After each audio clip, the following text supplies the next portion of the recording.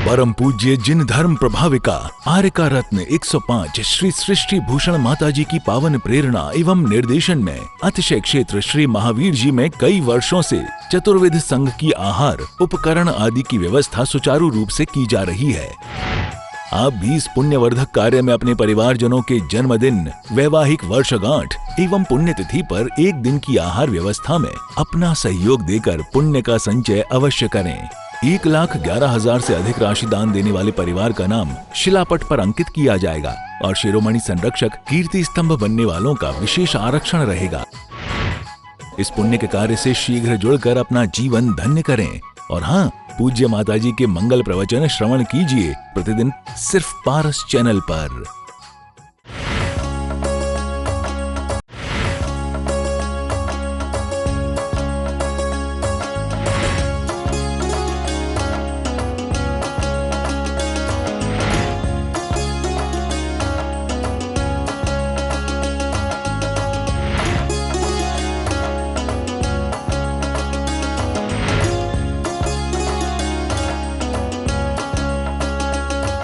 उड़ने दो मिट्टी को हवाओं में, उड़ने दो मिट्टी को आखिर हवाओं में कितनी देर उड़ेगी।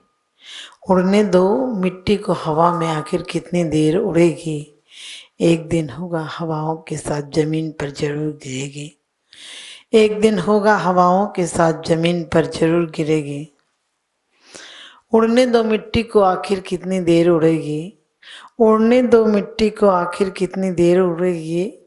यदि हवाओं ने साथ नहीं दिया, यदि हवाओं ने साथ नहीं दिया तो एक दिन मुँह के फल जमीन पर गिरेगी। क्योंकि कहते हैं जब तक तेरे पुण्य का बीता नहीं करार, तब तक तुझको माफ़ है अवगुण करो हजार। इंसान, हर व्यक्ति चाहता है कि उसके जीवन में सुख आए। हर व्यक्ति जीवन में दुख से डरता है। लेकिन बड़ी अच्छी आचार्यों ने कहा है कि ये पुण्य का फल तो चाहता है लेकिन पुण्य करना नहीं चाहता है, और पाप से डरता है लेकिन पाप यत्न पूर्वक करता है। रोज पढ़ लेता है कि मैंने पाप किए, मैंने कसाए किए, मैंने प्रमाद किया, लेकिन करता वही है। रोज पढ़ लेता है मैंने प्रमाद किया, कसाए किए, लेकिन करता वही है और बड़े शौक से करता है। जिंदगी एक इम्तिहान की तरह है। कोई देकर पास हो जाता है और कोई असावधानी से देता है, साल भर नहीं पढ़ता है तो रोता है। और आचार्य कहते भी हैं कर्म परवसे शांते दुखेरंतरितो दये पाप बीजे सुखे नास्ता श्रद्धा नाम कांक्षणा स्मृता। कहते हैं पाप बीज है। ये क्या है? संसार पाप का बीज है। कर्म के बस से सुख और दुख मिलते हैं। क्योंकि ऐसी विविधता क्यों देखी जाती है कि इसी संसार में एक व्यक्ति सिंहासन पर रहता है और एक व्यक्ति चपरासी बना रहता है। एक सिंहासन को साफ करता है और एक सिंहासन पर सोता है, बैठता है। एक के पास घूमने के लिए कई गाड़ियां हैं तो दूसरों के पास पैर और बैसाखी भी नहीं है। एक के पास खाने का इतना साधन है कि क्या खाए समस्या है। एक तरफ गरीब के सामने समस्या है क्या खाए। अमीर के सामने समस्या है, खोलता है अलमारी तो देखता है क्या कपड़ा पहनूं। इतने हैं कि डिसाइड नहीं कर पाता है। और गरीब के पास इतने से हैं कि क्या पहनूं, पहनने को नहीं है। ये विविधता किसने दी है? लोग कहते हैं भगवान करता है। भगवान ऊपर यही बैठा बैठा करता है क्या? तो भगवान तुम्हारे परिवार वालों से भी दुखी हो जाएगा। तुम्हारे एक परिवार में पिता कभी कभी झंझट में आ जाता है एक परिवार की व्यवस्थाएं देखने में, और परमात्मा यदि तीनों लोगों की व्यवस्था देखने लगे तो कितना परेशान हो जाएगा। लेकिन परमात्मा नहीं करता ऐसा। कुछ भी लोग कहते हैं परमात्मा पत्ता पत्ता परमात्मा के इशारे से हिलता है। हर व्यक्ति, हर जीव जंतु परमात्मा का पुत्र है। मैंने कही परमात्मा का यदि सारी धरती के लोग उसके पुत्र हैं, धरती के जीव जंतु उसकी संतानें हैं, तो कितना दुख होता होगा उसे कि एक बेटा दूसरे बेटे को मार देता है। उसकी एक संतानें दूसरे संतानों को मार देती हैं, और अपना बाप अपने बच्चों के साथ विविधता कैसे कर सकता है कि एक को बहुत सुख दे और एक को दुख दे। परमात्मा नहीं करता। हकीकत ये है, लोग कहते हैं परमात्मा सब बनाता है। मैंने कहा मकान बिल्डर बनाता है, पेड़ बागवान लगाता है, पानी सप्लाई मशीनों से होती है, आप खाना खुद बनाते हैं, गेहूं खुद उगाते हैं, हर कुछ तो आप करते हो, फिर परमात्मा को दोष क्यों देते हो? क्योंकि जिंदगी एक भाग्य का लिखा दस्तावेज है। जिंदगी एक भाग्य और पुरुषार्थ का लिखा दस्तावेज है जिसे कोई नहीं बदल सकता है। ये जीवन के मनी ऑर्डर हैं, ये जीवन के डाक हैं, जितना भेजोगे उतना ही मिलेगा, और जिस रूप में भेजोगे चक्रवर्ती ब्याज की तरह बढ़कर मिलेगा। यदि आपने दिल से किसी को अपनत्व दिया है तो तुम्हें दूसरे जन्म में दुगना क्या चौगुना अपनत्व मिलेगा, और इस जन्म में तुमने यदि किसी को सताया है, पीड़ा दी है, दोष दिया है, तो आपको बुरा से बुरा मिलेगा, और मिलता भी है। आपने देखा बड़े बड़े नक्सलवादी आदि, बड़े बड़े आतंकवादी जिनके नाम से रूह कांप जाती थी, वो ठंडों में जेलों में पड़े कांप रहे हैं। जो बड़े भाग्य विधाता होने का दावा करते थे, आज उन्हें अपने भाग्य को कोसने के अलावा कुछ नहीं बचा उनके पास, क्योंकि ऊपर वाला देता है तो छप्पर फाड़ के देता है, और लेता है तो चमड़ी भी उतार लेता है। यही हालत आज इंसान की हो गई कि मिला बहुत है, उससे बहुत मिला है कहने को, लेकिन जीवन में गिला ही गिला है, क्योंकि जो मिला है उसका हमने सही उपयोग नहीं किया है। जो मिला उसको हमने संभाल कर नहीं रखा है। परमात्मा के दरबार रोज रोज भीख मांगने चले आते हो, कभी सुधर कर भी आकर देखो, कभी सुधर कर भी आकर देखो। आप देखते हो परमात्मा के दरबार में भगवान कुछ नहीं देता है, मैंने कि भगवान जो देता है वो कोई नहीं देता है।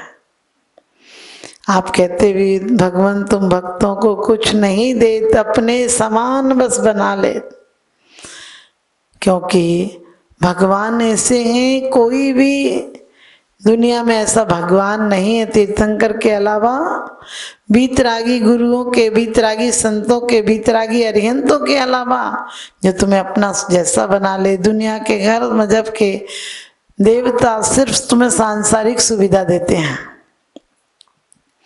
लेकिन एक जैन शासन के देवता तुम्हें सांसारिक के साथ साथ परलोक की सुविधा भी देते हैं, और परलोक नहीं, जिस लोक से नहीं लौटना पड़े वहां की सुविधा भी देते हैं।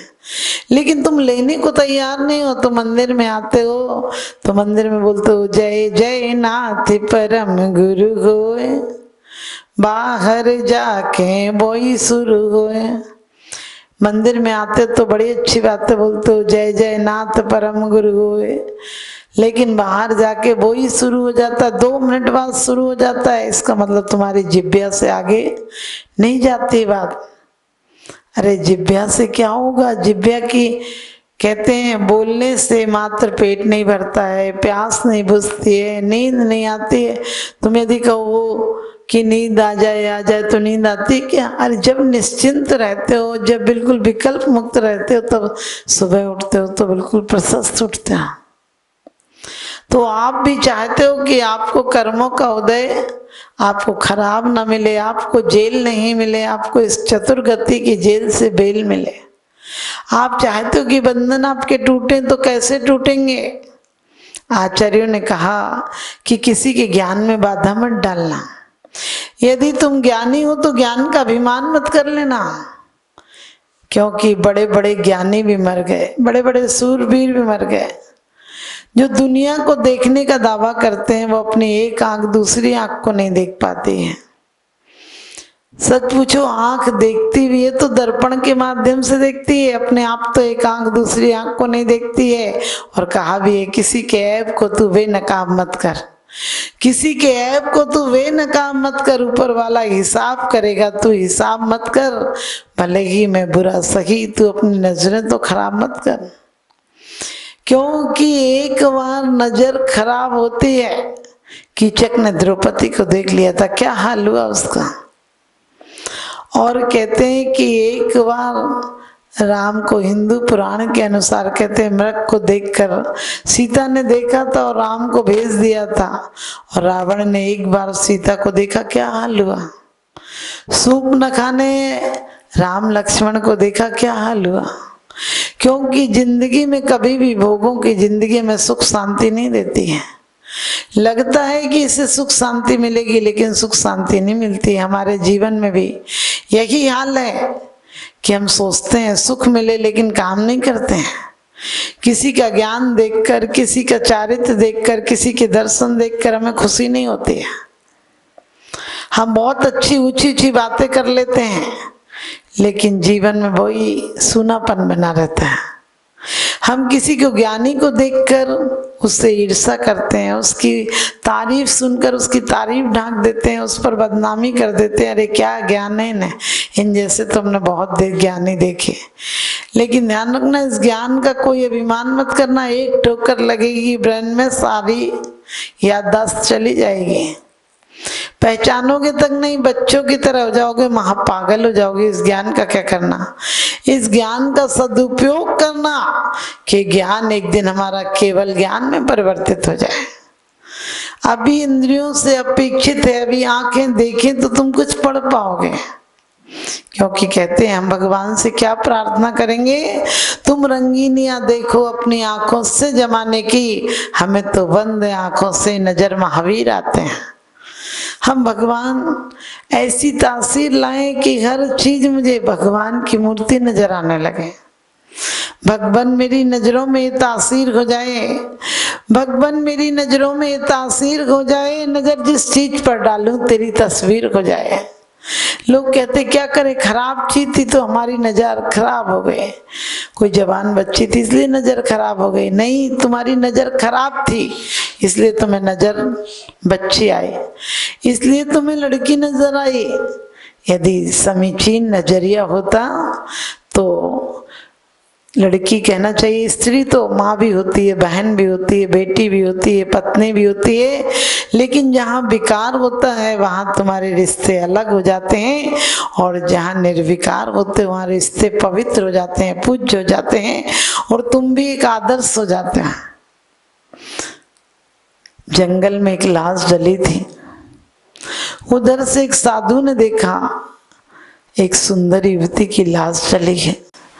साधु के अंदर दया आई, साधु को बहुत दुख हुआ उसे देखकर, कहने लगे काश 2-4 घंटे पहले हमसे मिल लेती तो हम इसका जीवन का पाथे ही दे देते, दूसरी गति में जाने के लिए इसका जीवन सुधार देते। ऐसी सुंदर काया, इतना सुंदर शरीर, ऐसी मनुष्य योनि पाकर भी इसने भोगों में गंवा दिया। वो एक वेश्या थी।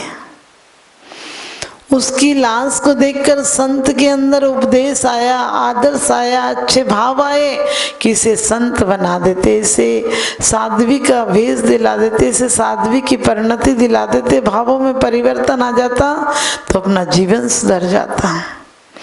वही एक कामी देख रहा था, उसके मन में आया काश पहले मिल जाती तो इसे भोग लेता, इसे पत्नी बना लेता, इसे रखेल बना लेता। कितनी सुंदर युवती थी, काश पहले पता चल जाता। और वहीं एक कुत्ता खड़ा था, वो सोच रहा था ये लोग जाएं तो कितना बढ़िया भोजन है, हम भोजन कर लें। और वहीं एक चोर खड़ा था, चोर सोच रहा था कि काश इतने जेवर हैं, इस पर कोई नहीं देखता तो मैं जेवर ले जाता।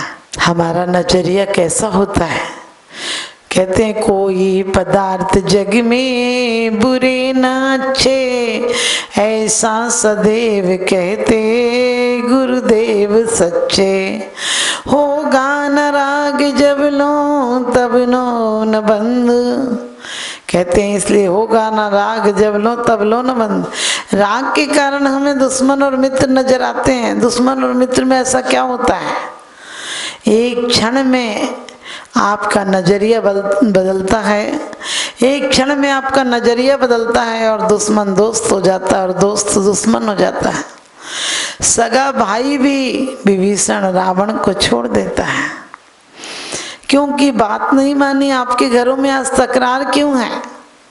आप दूसरों की बातें नहीं समझते हो, अपने कर्म का उदय नहीं समझते हो कि मैंने किया होगा तो आज हमें प्यार नहीं मिल रहा है, मैंने किसी को देखकर किसी की तारीफ नहीं की होगी, किसी की प्रशंसा बर्दाश्त नहीं की होगी, लोगों की निंदा की होगी, इसलिए आज अच्छा काम करने पर भी मुझे निंदा मिल रही है।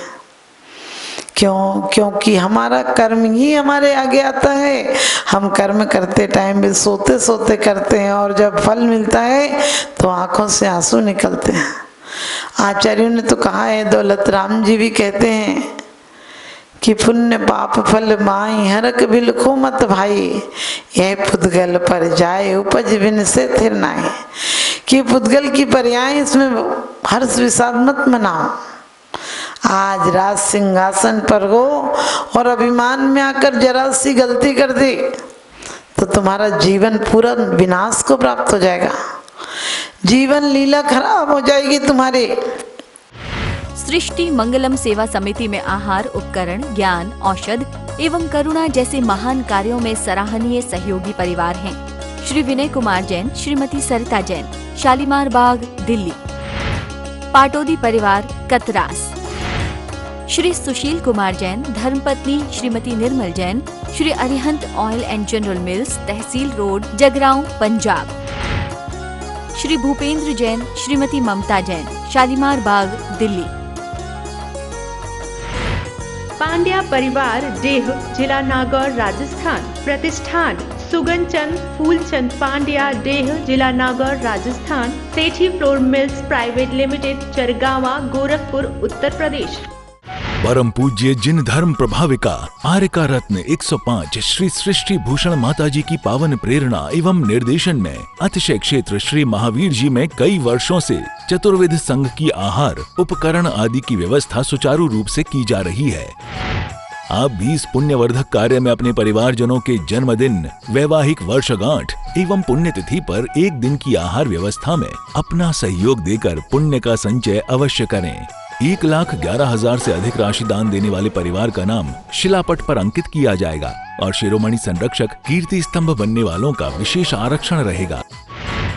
इस पुण्य के कार्य से शीघ्र जुड़कर अपना जीवन धन्य करें। और हाँ, पूज्य माताजी के मंगल प्रवचन श्रवण कीजिए प्रतिदिन सिर्फ पारस चैनल पर।